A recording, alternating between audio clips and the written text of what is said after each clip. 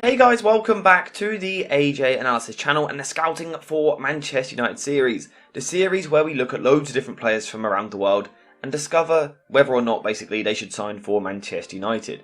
Now recently the way that we've done this is by talking about players which United could sign this summer, in the short term. However, today we have something a little bit different because today we are talking about Antonio Silva of Benfica and Portugal. However, this is a player which is so young and so early in his development still, that this is more of a long-term signing. A signing which I believe United should maybe do next summer. Now, it would be very expensive, we're talking close to £80 million, but today we're going to talk through his strengths and weaknesses and discuss kind of what he would bring to the team and talk about why United might be interested in him. But like I said, let's get his profile up on screen. Currently 19 years old, very, very young still for a centre-back. But this is a player who has always been ahead of everyone else really at his age group. At the age of 16, he was playing in the under-23 teams. And of course now, at the age of 19, he is a regular in the Benfica starting 11. He plays pretty much every single week alongside Otamendi. And has had a very, very good season. Now, if we take a quick look at this graph here, we can kind of see what we're getting from Antonio Silva. And this chart was made using Data MB, which you can check out using a link in the description down below. Really, really good kind of new software or website, I guess, if you like, or an app even, which you can use to compare players to each other. So I really highly recommend that you check it out. But what we can see here is that Antonio Silva is very good on the ball in terms of carrying passes, but also the forward passing percentage. But perhaps he is lacking in some other areas slightly. So that's what we're discussing today. So first of all, first things first, he is a right-sided centre-back. That is where he plays for Benfica, and that is where he is going to spend the rest of his career, where I believe he can genuinely become a top class centre-back. So before we continue into the video, a quick shout out to today's video sponsor, JerseyFifa.com, the home of all of the greatest football kits. Whether that be the new latest releases or the old classic ones like this, Jersey FIFA has something for everyone, and now you can check it out yourself using the link in the description down below. And also make sure to use code JerseyFifa for 10% off when you order. So one of the main reasons that I believe he can become a top level centre back is because of his defending ability, where he has a head on his shoulders which is again way ahead of his years. This is a very calm, composed, intelligent young defender, meaning that he is very capable of defending in several different scenarios. For example, when pulled out into wide 1 versus 1 situations, easy for me to say, he is a very, very good defender. A lot of young players in this sort of situation can be a little bit rash, a little bit too keen to put a tackle in and therefore make a mistake. That isn't the case with Antonio Silva. He is very, very patient and calm in these situations. He regulates his step and stride pattern really well to match that of the attacker, which makes him very, very good at defending these wide 1 versus 1 situations. You can see this in his FBref report here, where we can see dribblers tackled in the 96th percentile, dribblers challenged the 91st percentile, but more importantly, the percentage of dribblers tackled the 76th percentile, which means that he's very good at getting himself out into those wide positions to defend these 1 versus 1 situations where he is very, very effective, making him a very good defender in these areas. Like I said, in general, his whole round defensive game is very good, but for me, it's purely about his intelligence. He's a very, very clever player. And he has some little things he does during the game, which puts him a level ahead of everyone else at this age group. For example, for starters, the way he defends side on, he is always side on. Now, what is the benefit of standing side on? Basically, the benefit is that you can accelerate quicker. So if we were to kind of rotate this player like this, so you can see that he's facing this way. When he's in this situation, it means that if the striker is going to knock the ball into this situation, if he's side on, it's much easier for him to defend. Or let's say it's a runner off the ball, for example. The ball is going to be played by a deeper player into this area. If Antonio Silva is side on, it's much easier for him to accelerate. Whereas if he is standing like this, flat-footed, it's much more difficult for him to turn. Now this might sound like something a little bit obvious. However, like I kind of hinted at earlier, he currently plays alongside Otamendi in the Benfica defence, and Otamendi is a very good defender, very experienced defender. But when you watch the pair of them, Antonio Silva's little kind of habits during the game are much better. He is much better at playing as this side-on defender, and it makes him way better at dealing with the ball in behind than what Otamendi is. What's also very clear is that this is a young centre-back who does a lot of research on the players that he is facing, because he always seems aware of the patterns of play that the opposition striker tends to use. Again, if we're going back to his body positioning and his stance and the way he kind of holds himself during the game, he changes it from a game-to-game basis, depending on who he is playing against. For example, when he's playing a right footer, he might change himself to face this way, whereas when he's playing a left footer, or someone which wants to run from kind of out to in, into out, like this, he will then turn and face the other way. So it's just small things like this show that this is a very, very intelligent defender, and I think he has a lot of defensive principles of the game, which not many 26-year-old centre-backs have, let alone 19-year-olds.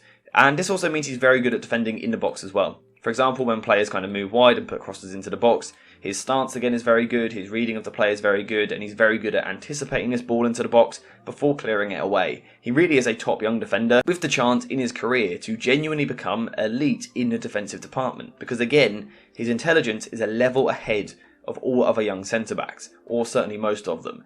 Now, whilst he does have all these good mental attributes, there is a slight physical concern. He isn't the greatest in the air, he isn't the most aerially dominant, and he's also not the most powerful athlete, which means, in a standing still situation and then looking to burst and accelerate, Antonio Silva doesn't really have that in his game. He's not quite as slow as what some people make out, but he's also not absolutely rapid, which would maybe be a concern in the Premier League, so that might be a slight downside to him, if you like, as a player. However, 9 times out of 10, his intelligence does allow him to cover that.